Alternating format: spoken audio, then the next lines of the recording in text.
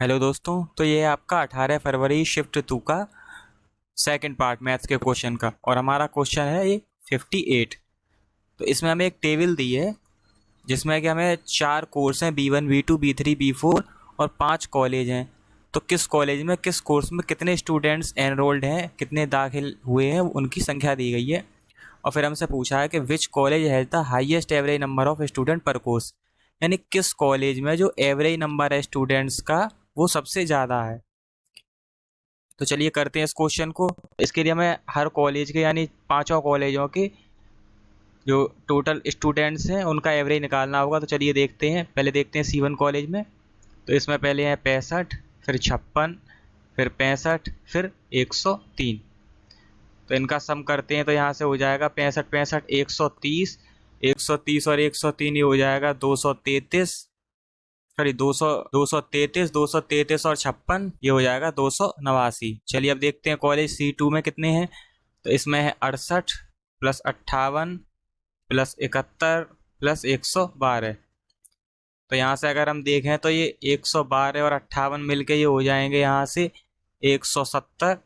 170 और 68 यहाँ से होता है 238। 238 और 71 देखते हैं इन्हें जोड़ के। 238 और 71 कितने होंगे हमारे। तो ये होंगे 8 और 1 9 10, 309। 309 हो गए। अब देखते हैं हम कॉलेज C3 में कितने होंगे हमारे। तो कॉलेज C3 में पहले 72 हैं, फिर 54 हैं, फिर 88 हैं, फिर 125 हैं। तो यहाँ से हो जाएंगे 88 और 72 160, प्लस यहाँ पर ये हो जाएंगे 179। अब इन दोनों को जोड़ते होंगे 16 दूनी 32 यानी 339। अब देखते हैं कॉलेज C4 में कितने हैं। तो कॉलेज C4 में पहले हैं 76 प्लस 52 प्लस 75 प्लस 120। तो यहाँ से 75 75 ये हो गया 151, प्लस 120 और 52 ये हो गया 172। इन्हें जोड़ते हैं तो ये 15 दूनी 30, तो ये हो गया 323। फिर देखते हैं C4 सॉरी C5 में देखते हैं। तो पहले हैं 69, फिर 60, फिर 79, फिर 126। तो इनका सम करके देखते हैं तो यहाँ से हो जाएगा, ये इन तीनों का हो जाएगा यहाँ से 8 और 7 15, 15 और 6 21, यानी हो गया यहाँ से 208। 208 प्लस 126 यहाँ से हो जाएगा 334। तो हमसे पूछा है सबसे ज्यादा एवरेज किस में है।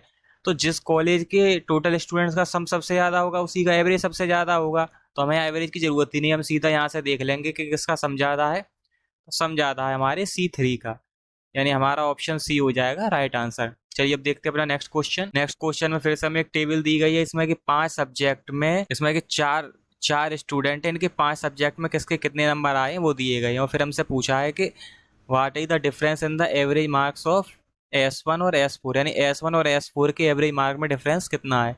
तो चलिए पहले देखते हैं S1 के कितने हैं। तो ये है 98 प्लस 60 प्लस 85 प्लस 75 प्लस 95। चलिए अब इन्हें जोड़ते हैं तो यहाँ से हो जाएगा 8 दूनी 16, 160, 160 और 60 220, 220 और 98 ये हो जाएगा 318 प्लस 95। तो यहाँ से ये हो जाएगा 413। अब देखते हैं S4। तो S4 का यहाँ से होगा 96 प्लस 62 प्लस 70 प्लस 80 प्लस 90। अब इसे जोड़ते हैं तो यहाँ से हो जाएगा 8 या 24, 240, 240 और 62 302, 302 और 96 398। तो अब हमें निकालना है इनके एवरेज का अंतर। तो हम पहले इनका डिफरेंस निकाल लेंगे फिर उसका एवरेज निकाल लेंगे। तो यहाँ से दिख रहा है कि इनका जो डिफरेंस है, डिफरेंस इनका 15 है, और क्योंकि टोटल 5 सब्जेक्ट थे तो 5 से भाग दे देंगे तो एवरेज का डिफरेंस आ जाएगा 3। लेकिन 3 हमें यहाँ कहीं दिया नहीं है, तो इस क्वेश्चन के जो आंसर है उसमें कोई दिक्कत है, हमारी कैलकुलेशन बिल्कुल ठीक है। चलिए अब देखते हैं अपना नेक्स्ट क्वेश्चन। यहाँ हमसे पूछा है कि अगर x का 30% y के 40% के बराबर है तो y रेशियो x क्या होगा। चलिए देखते हैं। 30% ऑफ x बराबर है 40% ऑफ y की। तो यहाँ से हमें निकालना है y रेशियो x।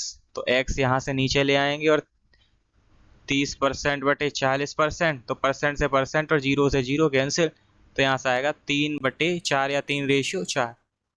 तो ऑप्शन बी हो गया हमारा सही जवाब। चलिए देखते हैं अपना अगला क्वेश्चन।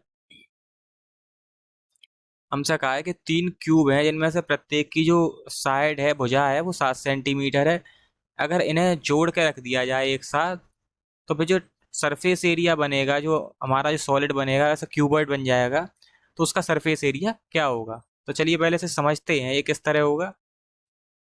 ये इस तरह से, और हम मानते हैं ये, एक मिनट, तो यहाँ से ऐसे पहले 3 हिस्सों में कर लेंगे हम इस तरह से। तो हम मानते हैं कि 3 क्यूब है ना, आपस में जोड़ के रख दिया, तो ये आकृति बन गई है क्यूबॉइड। अब हमसे पूछा है कि इसकी सरफेस एरिया क्या होगा। तो पहले हम देखते हैं इसकी लंबाई चौड़ाई ऊंचाई क्या हो जाएगी।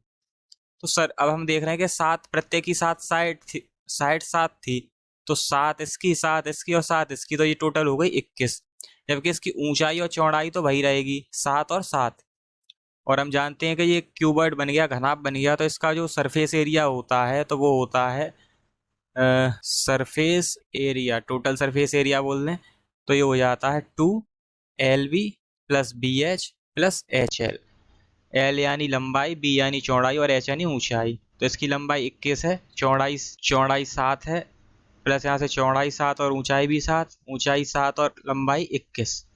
चलिए देखते हैं इसे। तो यहाँ से 21 सत्ते 147, और यहाँ से ये 49 + 147।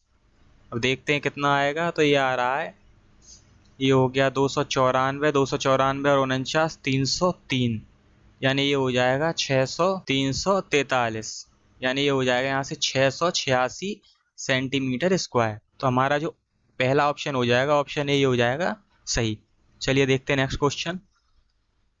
नेक्स्ट क्वेश्चन में हमसे कहा है कि कोई 32 साल का आदमी है, उसे कई नए आदमी से रिप्लेस कर दिया, तो 42 आदमियों का एक जो ग्रुप था, तो 42 आदमियों के ग्रुप की जो एवरेज एज थी वो 1 साल बढ़ गई। तो हमसे पूछा नए आदमी की उम्र क्या होगी। तो जब हम जानते हैं कि 42 आदमी उसमें पहले से थे, 42 आदमी थे और 32 साल के आदमी की उम्र, तो हम जानते हैं कि ये 42 लोगों का ग्रुप था और एक 32 साल के आदमी से रिप्लेस किया गया, तो इसकी एवरेज एज 1 साल बढ़ गई। यानी ये एवरेज एज जो 1 साल बढ़ी है, ये सभी 42 लोगों पर 1-1 साल बढ़ी है, तो 42 साल तो ये बढ़ गए। प्लस जिस आदमी से रिप्लेस किया है वो पहले से ही 32 साल का था, तो ये नया आदमी होगा उसकी उम्र 32 साल और उससे ऊपर 42 साल और होनी चाहिए, तभी पूरे ग्रुप की एज 1-1 साल बढ़ेगी। तो इसे अगर हम जोड़ लें तो ये हो गई 74 साल, यानी हमारा ऑप्शन सी हो गया राइट आंसर। चलिए अब देखते हैं नया क्वेश्चन। तो नए क्वेश्चन में हमसे कहा है कि कोई सॉलिड एक टॉय है, वो कुछ इस तरह का है कि एक गोला है, अर्धगोला है इस तरह का, उसके ऊपर एक शंकु रखा है।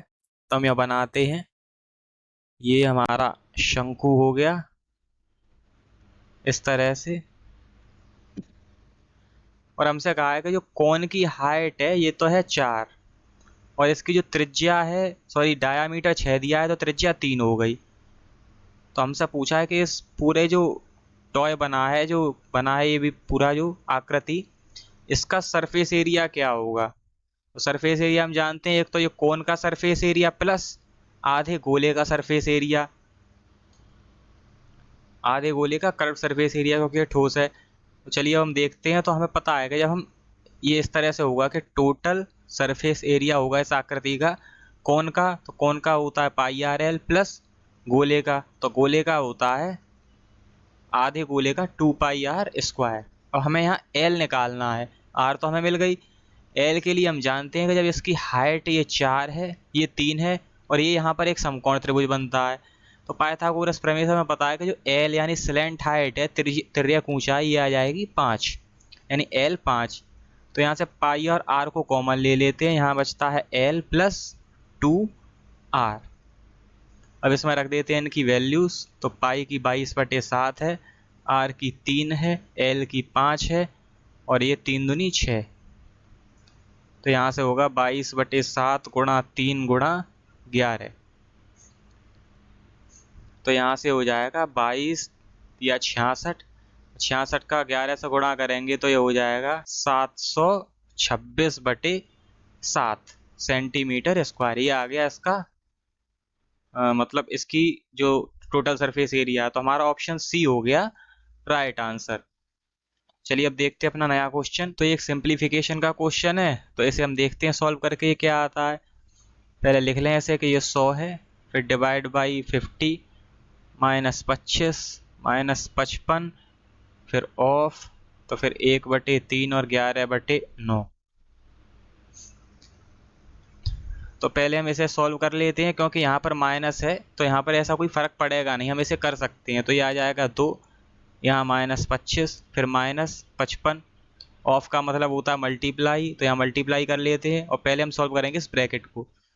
तो इस ब्रैकेट की जो वैल्यू हो जाएगी, मान हो जाएगा, वो हो जाएगा 11/27। तो अब यहाँ से हम देख रहे हैं कि 27 और 55 में आपस में कुछ कट तो रहा नहीं है, तो इसे आगे करते हैं अब। तो 2 माइनस 25 माइनस 55, तो यहाँ से 55 गुणा 11 हो जाएगा, तो ये हो जाएगा 605/27। और तो इसका यहाँ से एलसीएम आ जाएगा 27, और यहाँ इन दोनों को हल करने पर -23 बचेगा, तो यहाँ आएगा -23 गुणा 27 माइनस 605। चलिए अब इसे हल करके देखते हैं। तो यहाँ से इसका मान आएगा माइनस का 621 ये, और 605 माइनस का ये बटे 27। तो इसका फाइनल वैल्यू आएगी यहाँ से ये 1200 माइनस के 1226/27, और ये हमें दिया हमारी ऑप्शन डी में। तो ऑप्शन डी हो गया हमारा राइट आंसर। चलिए अब देखते हैं अपना नेक्स्ट क्वेश्चन। तो नेक्स्ट क्वेश्चन में हमसे कहा है कि एक सॉलिड सिलेंडर है, यानी कि बेलन है, इसकी डायामीटर तो है 14 और हाइट 20 है, और इसमें से हेमिस्फेरिकल पार्ट्स काटे गए, यानी अर्धगोले काटे गए हैं दोनों ओर से, और फिर बचाएगा जो मतलब आकृति शेष बची उसका आयतन क्या होगा। चलिए पहले हम इसे समझते हैं, ये किस तरह होगा। ये होगा इस तरह से, देखते हैं। ये माना हमने एक सिलेंडर है, ये इस तरह से, ये, और दोनों में से हेमिस्फेरिकल यानी अर्धगोले इस प्रकार काटे गए, एक ऊपर से, एक नीचे से, एक ऊपर से। इसकी हाइट हमें दी है 20 और डायामीटर दिया है 14, तो त्रिज्या हो जाएगी यहाँ, डायामीटर 14 है तो त्रिज्या यहाँ तक हो जाएगी हमारी 7। हमसे पूछा है कि ये जब दोनों निकाल देंगे तो ये जो आकृति बचेगी इसका आयतन क्या होगा। तो इसके लिए अगर हम पूरे बेलन के आयतन में से इन दोनों गोलों का आयतन निकाल दें, अर्धगोलों का, तो इसकी हमें पता चल जाएगा कि आयतन कितना है। और हम जानते हैं कि जो दो अर्धगोले हैं, ये दो अर्धगोले मिलकर एक गोला बन जाएगा, यानी कि इस पूरे बेलन के आयतन में से अगर हम गोले का आयतन निकाल लें तो हमें बची हुई आकृति का आयतन मिल जाएगा। तो चलिए देखते हैं अब। तो वॉल्यूम बी बराबर बेलन का आयतन होता है πr² माइनस गोले का होता है 4/3 πr³ और r दोनों की बराबर है, तो यहाँ से πr² कॉमन ले लेते हैं, यहाँ बचेगा h माइनस 4/3, यहाँ बचता है r। चलिए अब हल करते हैं इसे आगे। तो पाई का मान 22/7, r यहाँ से 7, तो 7 का स्क्वायर 49, h हमें दी है कितनी, h हमें 20 दी है, 20 माइनस 4/3 इंटू r है 7। चलिए अब इसे हल करते हैं। तो ये 7 से 7 बार चला जाएगा, तो 22 सत्ते 154, और यहाँ से हो जाएगा 20 माइनस 28/3। चलिए अब इसे आगे सॉल्व करते हैं। तो ये हो जाएगा 154, 20 तिया 60 माइनस 28/3, तो यहाँ से होगा 154, 60 में से 28 कटेंगे तो 32/3। तो अब यहाँ से कुछ कटेगा तो है नहीं, तो हमें इसका गुणा करना पड़ेगा। तो देखते हैं ये क्या आता है फाइनल आंसर। तो यहाँ से हो गया 4928/3 सेंटीमीटर क्यूब, और ये हमें दिया है हमारे ऑप्शन बी में। तो ऑप्शन बी हो गया हमारा सही जवाब। चलिए देखते हैं अपना अगला प्रश्न। तो अगले प्रश्न में हमसे कहा है कि कोई 4000 रुपये का सम एक धन है जो किसी को दिया जाता है 10% की ब्याज दर पे 5 साल के लिए और सिंपल इंटरेस्ट पर। तो इस प्रश्न में हमसे कहा गया है कि 4000 रुपये का कोई धन दिया जाता है 10% वार्षिक दर पर, और फिर हमसे कहा है कि जो 5 साल के लिए इस पर ब्याज बनेगी और 3 साल पर ब्याज बनेगी, तो 5 साल की ब्याज 3 साल की ब्याज से कितनी ज़्यादा होगी। तो यहाँ से हमें पता है कि 5 साल की ब्याज 3 साल की ब्याज से कितनी ज़्यादा होगी, यानी जितनी 2 साल की ब्याज बनेगी, और सिंपल इंटरेस्ट है। यानी हमसे सीधा सीधा कहा गया है कि 4,000 रुपये पर 10% की दर से 2 साल की ब्याज निकाल के हमें बता दीजिए। तो ये हो जाएगी यहाँ से 800 रुपये। तो यही हो जाएगा 5 और 3 साल का अंतर, यानी ऑप्शन सी हो गया हमारा राइट आंसर। चलिए अब देखते हैं अगला प्रश्न। तो अगले प्रश्न में हमसे कहा है कि कोई 14 ये प्रेक्षण दिए गए हैं और हमसे पूछा है कि मीडियन क्या होगी, यानी माध्य का। तो पता है माध्य का निकालने के लिए हम या तो अवरोही क्रम में लिखें या आरोही, यानी असेंडिंग या डिसेंडिंग। तो चलिए हम लिखते हैं इसे आरोही में। तो पहले हम देखते हैं 10, तो 1 2, 2 बार 10 है तो 2 बार 10 हो गए। फिर 11 कितनी बार है, 1 2, 2 बार 11 है तो 2 बार 11 लिख लिया। वैसे ही 14 ऑब्जर्वेशन है तो इसमें हमारे लिए जरूरी है वो 7वां और 8वां होगा, क्योंकि ये सम है 14। तो 7वां और 8वां हमारे लिए इम्पोर्टेंट होगा, तो हम उसी से निकाल देंगे मीडियन। तो अभी तक हमें 4 पता चल गए। अब 11 के बाद आता है 12, तो 12 कितनी बार आया है, 1 2 3 4, यानी 1 2 3 4। तो यहाँ से हमें पता चल जाएगा, क्योंकि ये 8 तक होगा, यानी 7वां और 8वां 12 है। और यहीं से हम मीडियन निकाल लेंगे। किस तरह से, दोनों 12 को जोड़कर इसका एवरेज निकाल देंगे तो ये 12 ही आ जाएगा। तो इसकी मीडियन आ गई 12, यानी ऑप्शन ए। चलिए अब देखते हैं अपना अगला प्रश्न।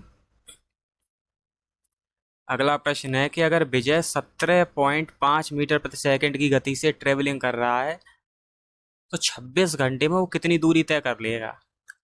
तो चलिए देखते हैं इसे। पहले हम एक काम करते हैं, 17.5 जो है इसे हम बनाते हैं किलोमीटर प्रति घंटा में। तो इसके लिए 18/5 से करेंगे गुणा।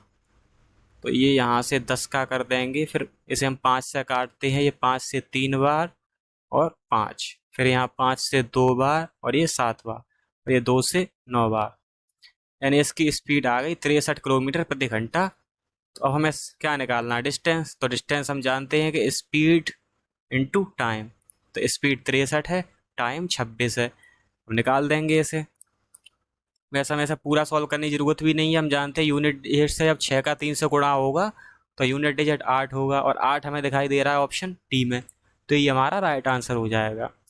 चलिए अब देखते हैं नेक्स्ट क्वेश्चन। तो नेक्स्ट क्वेश्चन में हमें फिर से वही टेबल दी गई है जिसमें कि 4 कोर्स और 5 कॉलेज दिए गए हैं और किसमें कितने विद्यार्थी एनरोल्ड है वो सब दिया है। अब हमसे कहा है कि हमें एवरेज नंबर, हमें जो कोर्स B2 में, ये जो कोर्स B2 है हमारा, इसमें जो हमें तो कोर्स B2 में जो 5 कॉलेजों के बच्चे हैं उनका एवरेज हमें निकालना है। तो चलिए देखते हैं। पहले हम इनको जोड़कर, और ये 5 कॉलेज तो 5 से भाग दे देंगे। चलिए जोड़ते हैं। तो 56 प्लस 58 प्लस 54 प्लस 52 प्लस 60। तो चलिए अब यहाँ से इसे जोड़ते हैं। 8 और 6 14, 4 18 और 2 20, 0 2, और ये 5 चौके 20 और 6 26 और 2 28, यानी 280।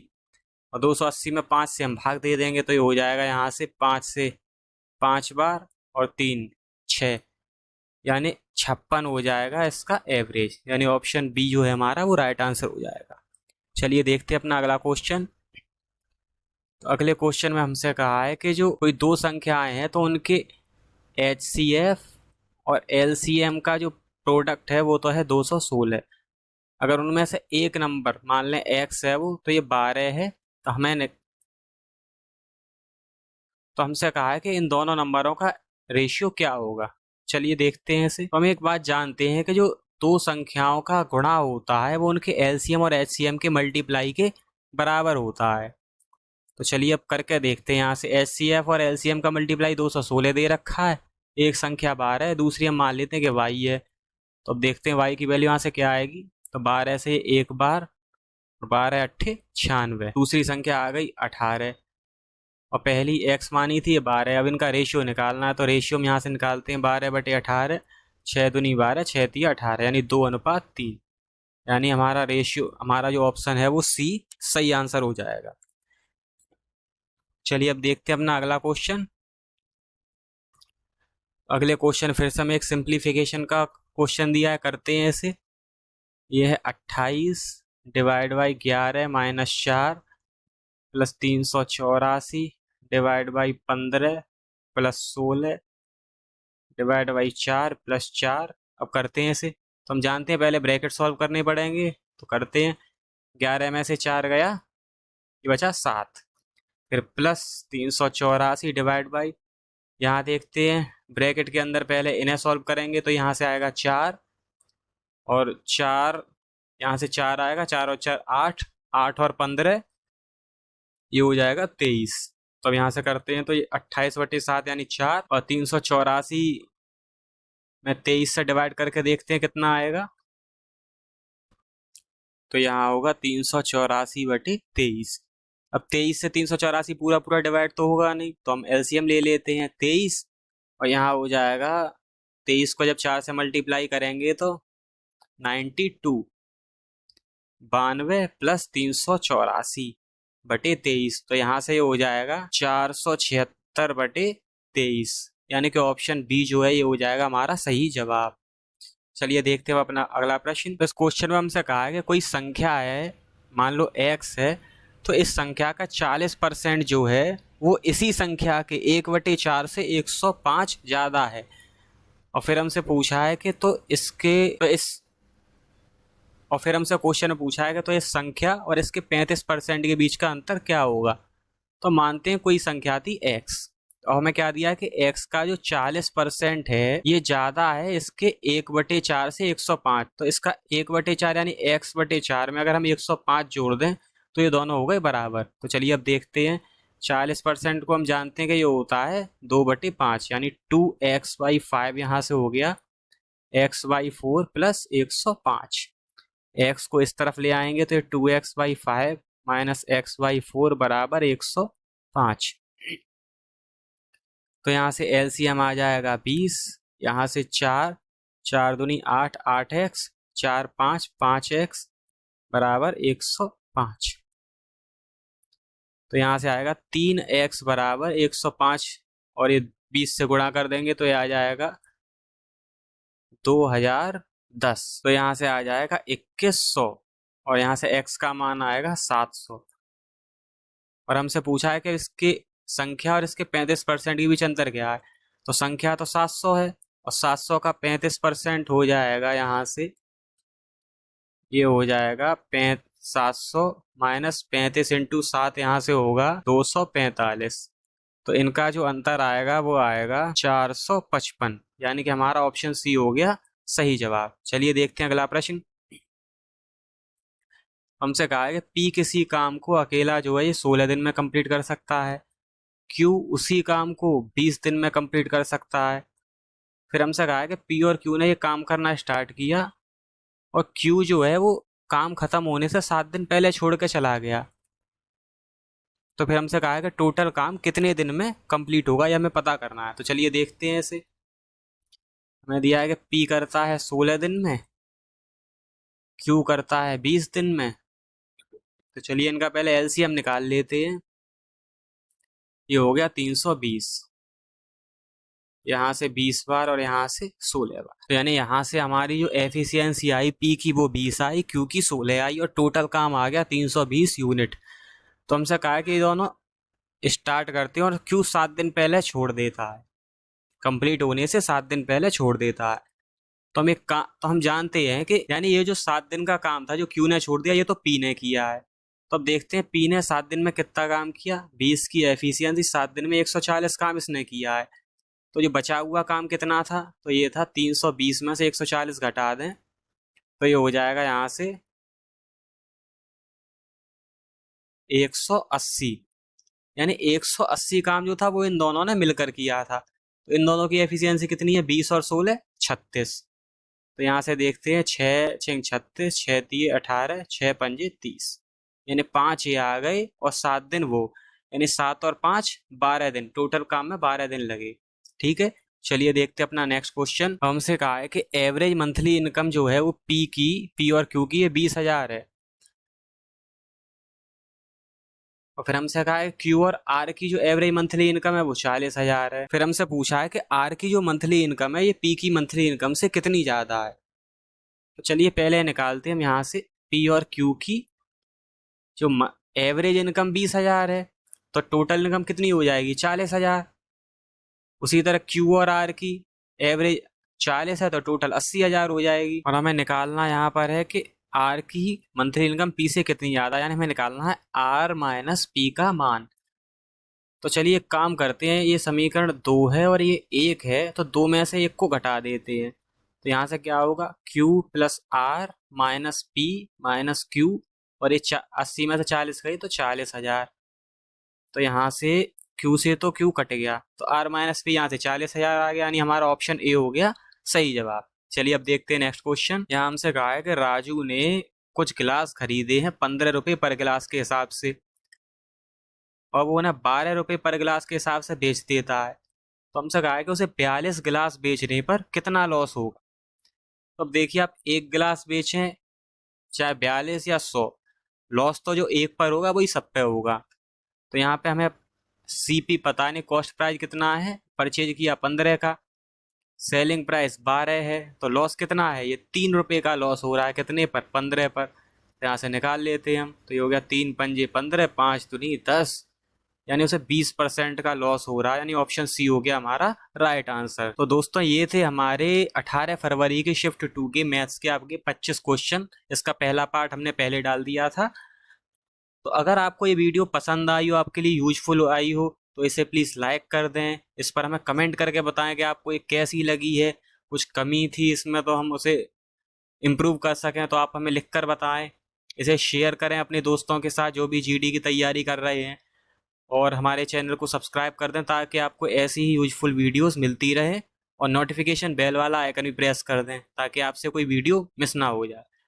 तो चलिए फिर से मिलते हैं किसी नई वीडियो के साथ, तब तक के लिए आप पढ़ते रहिए और तैयारी करते रहिए। धन्यवाद।